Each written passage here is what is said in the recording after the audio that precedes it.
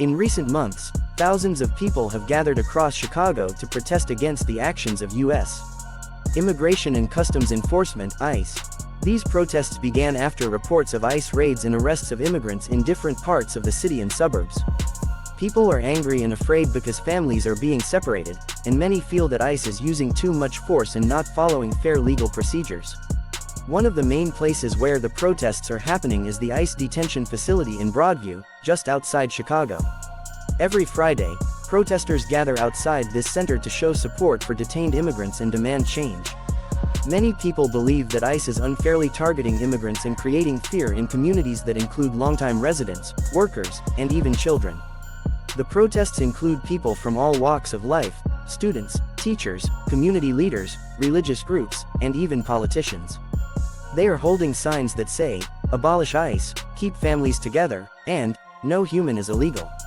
Many of them say that they are not against laws or borders, but they are against cruelty and unfair treatment. Tensions between ICE officers and protesters have grown over the past weeks. Videos have shown federal agents using tear gas, rubber bullets, and pepper spray on peaceful demonstrators. In one shocking case, a 66-year-old woman was hit by a car that drove through a crowd of protesters. She broke her arm, and the incident made national news. Protesters and human rights groups say that people should be allowed to protest peacefully without being attacked. A reporter also said that she was sprayed with a pepper ball by an ICE agent while sitting in her car, even though no protest was happening nearby. This raised big concerns about the rights of the media and the growing use of force by federal agents.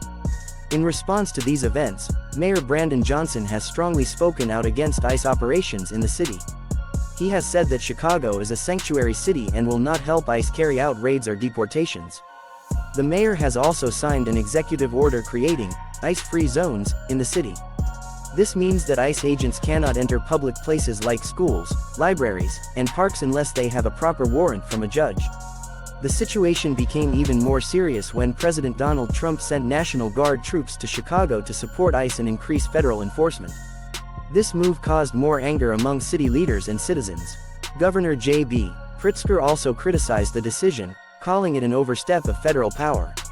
In response, lawyers, journalists, and civil rights groups have filed lawsuits against the Trump administration.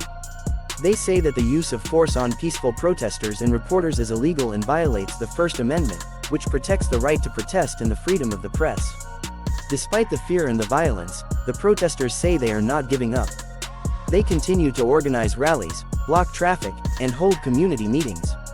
For them, this is not just about immigration, it's about protecting human rights, stopping abuse of power, and standing up for justice. Chicago has become a powerful symbol in the national fight over immigration policies. What happens here may influence what happens in other cities. People are watching closely to see if the voices of the protesters will lead to real change. In the end, the Chicago anti-ICE protests are a sign that many Americans want a fairer and more humane immigration system. They believe that no one should live in fear, and that families should not be torn apart simply because of where they were born.